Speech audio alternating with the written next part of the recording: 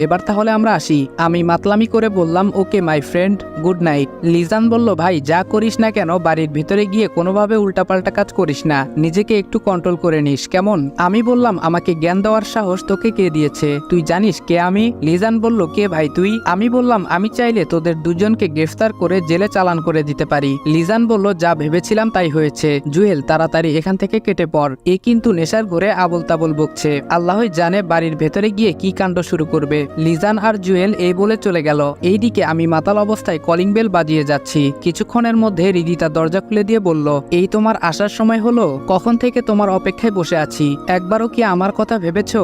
আমি বললাম, সামনে থেকে সরে যা, আমার অনেক ঘুম পেয়েছে, আমি ঘুমাবো। এই বলে ভেতরে প্রবেশ করতেই ঠাস করে ফ্লোরে পড়ে গেলাম। রিদিতার বুঝতে আর বাকি রইল না যে তার স্বামী আজকে ড্রিঙ্কস করেছে, যার জন্য আজ তাকে তুমি থেকে তুই করে বলেছে। রিদিতা নিজেকে সামলে নিয়ে বলল, এই তুমি কি ড্রিঙ্কস করেছো?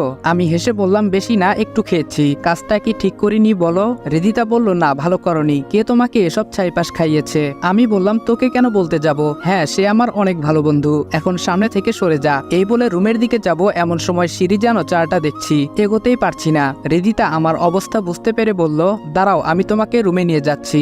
আমি বললাম, তোর কোনো সাহায্য আমার লাগবে না, আমি একাই যেতে পারবো। এই বলে সিঁড়ি বেয়ে উপরে উঠতে যাব, হঠাৎ নিজের কন্ট্রোল হারিয়ে নিচে পড়তেই রিদিতা আমাকে জড়িয়ে ধরে বলল, আমি না ধরলে তো নিচে পড়ে গিয়ে মাথাটা ফেটে যেত। তারপর রিদিতা নিজেই আমাকে ধরে রুমে এগিয়ে দিয়ে আসলো। বিছানায় রেখে চলে আসতে যাবে, আচমকাই তার হাত ধরে ফেললাম। হঠাৎ রিদিতাকে ধরাতে রিদিতা একটু ঘাবড়ে গেল। যে মানুষটা তার সঙ্গে কথাই বলতে ইচ্ছুক না, সে মানুষ আবার তাকে ধরলো কেন? রিদিতা বলল, কি হলো, আমার হাত ধরলে কেন? এই বলে রিদিতা হাত ছাড়ানোর বৃথা চেষ্টা করলো। নেশার ঘরে বললাম, আজ রাতে তুমি আমার সঙ্গে থাকবে। রিদিতা এ কথা শুনে নিজের কানকে কেন জানি বিশ্বাস করতে পারছে না। যে মানুষ বিয়ে করার পরও তার স্ত্রীকে অন্য রুমে থাকতে দিয়েছে, সে কিনা আজ এসব বলছে? না, এখানে থাকা যাবে না, ও এসব নেশার ঘরে বলছে। রিদিতা এসব ভেবে বলল, আমি খুব ভালো করেই বুঝতে পারছি তুমি এসব নেশার ঘরে বলছো, প্লিজ আমার হাতটা ছাড়ো এবার। আমি বললাম, আমি নয় তোমাকে ভালোবাসি না, তুমি তো আমাকে ভালোবাসো, তাহলে আমার কাছ থেকে দূরে কেন থাকছো? এই বলে আমি নেশার ঘরে রিদিতাকে বুকে টেনে নিলাম। এইদিকে রিদিতা তার স্বামীর মাতাল অবস্থা দেখে তার মনের মধ্যে অজানা ভয় কাজ করছে। সে কান্না করে বলে উঠল, আমাকে যেতে দাও প্লিজ।